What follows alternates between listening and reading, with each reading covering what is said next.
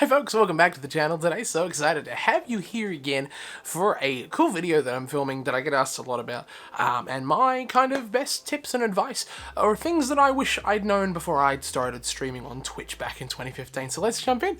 Now, a quick disclaimer, just briefly, these are not my, how do I put it, my get famous quick tips, because I'm by no means famous.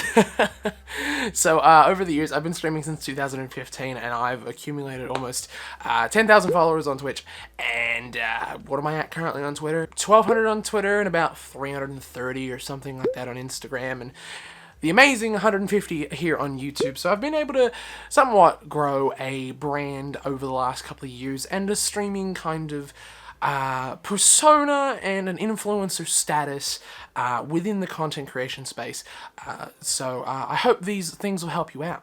Now, when I said tips to begin with, that's probably not exactly kind of correct. This is probably more going to be, as I said before, 5 things that I wish I'd known before I started streaming. So kind of like harsh realities, harsh truths, as opposed to tips. Now, the reason for this video comes about because I get asked a lot about things that streamers should know before they get into streaming on Twitch, or, you know, oh, I feel like I'm stuck and stagnant on growth. This video is done in mind with the beginner streamer, the person who's waiting to start streaming and wants to make sure they're doing it well, like I wanted to 5 years ago when there was nobody in this space to tell me how to do it. And with someone in mind that might be struggling with their content and might not know exactly where to go and take the next step. So I hope this video helps you out, and if it does, let me know in the comments, and feel free to share your tips and harsh realities and anything of the sort about streaming in the comment section below with everyone else. Okay, so let's get straight into it. My number one piece of harsh realities or tips is that Twitch is probably the worst platform for discoverability. When you're being a creator and an influencer of the sort, everybody talks about being discovered by an audience, you know, finding your footing, and that sort of thing. And everybody always refers to YouTube being great, and Instagram and TikTok and all these really good platforms being really good for being found because they have an algorithm. Twitch doesn't have a very good algorithm. It has an algorithm much alike Netflix. Netflix will, or any of the streaming services for that matter, will often recommend you content based on genres or tags of what you've previously watched. So if you've watched a comedy movie in the past or an action movie, it's likely to recommend you content based on the tags of other films. So if it's comedy or action movie, it's going to recommend you more comedy and action movies, or similar movies that people that have watched that movie have watched. And Twitch is very similar because it will recommend you same categories, similar tags, and percentages of viewer bases that are shared between streamers.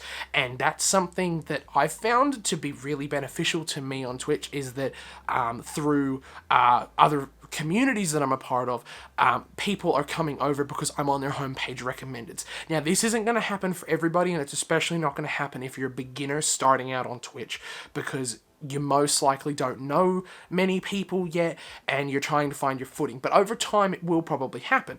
But you can't rely on that for your growth. It's kind of not the right thing to do.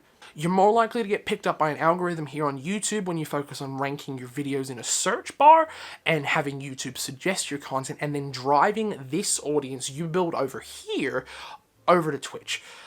Obviously, not the whole percentage of your audience that you have here on YouTube or on Instagram will come over. I believe it's approximately 45%, probably a little less.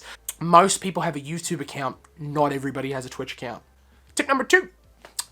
Just going live is no longer enough. Now, if you were an early adopter of Twitch, say 2012, 2013, maybe even 14 if you want to push it, going live was going to be enough for you to kind of, I don't want to say make it on Twitch, but grow an audience.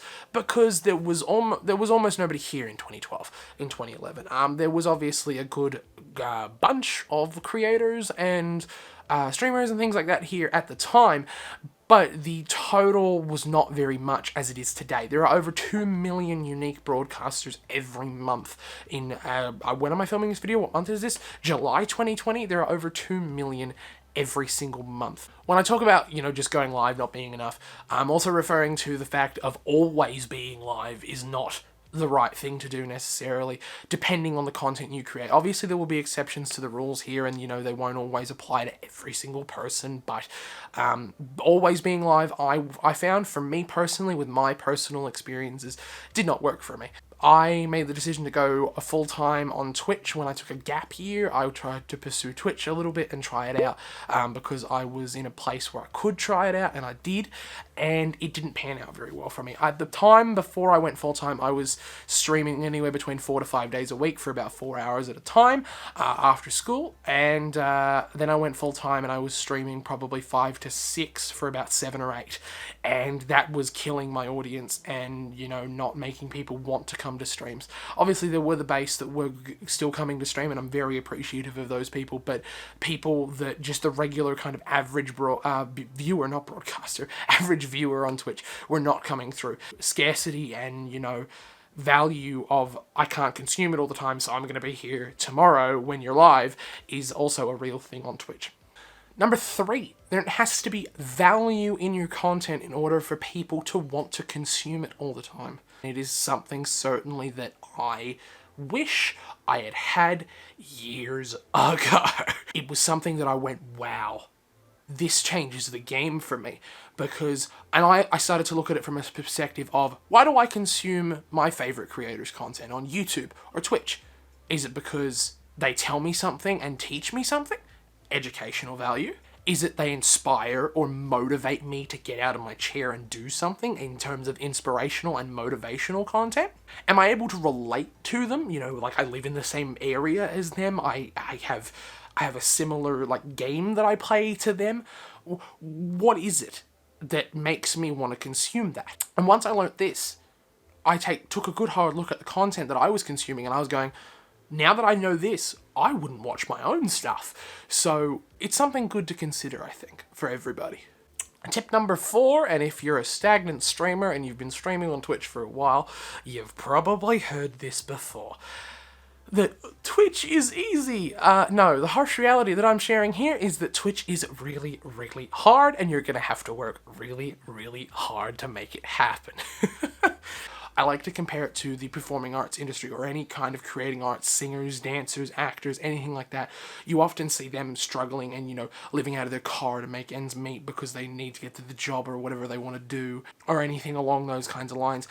You in this industry are destined to make your own sacrifices like that and your own struggles like that to make this work out, and people will criticize you for it and people will come for you for it.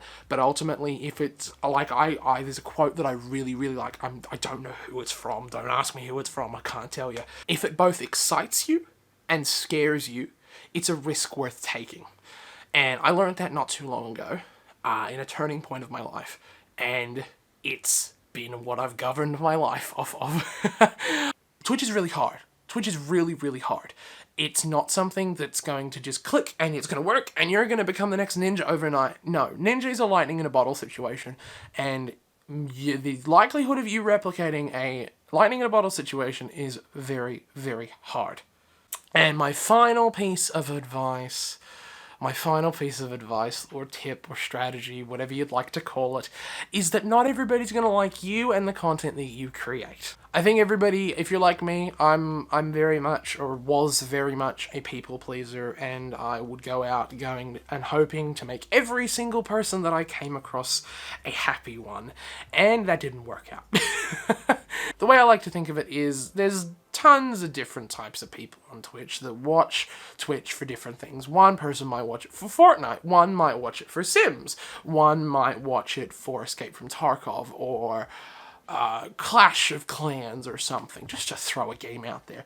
All of those are not most likely going to connect of the viewer base to each. So say, for example, you're a Clash of Clans streamer, hypothetically here. The likelihood of someone from the Sims audience watching your stream and enjoying you and sticking around and supporting you isn't very, very high based on the differences in games and categories, and quite often the content creator level and standard in that.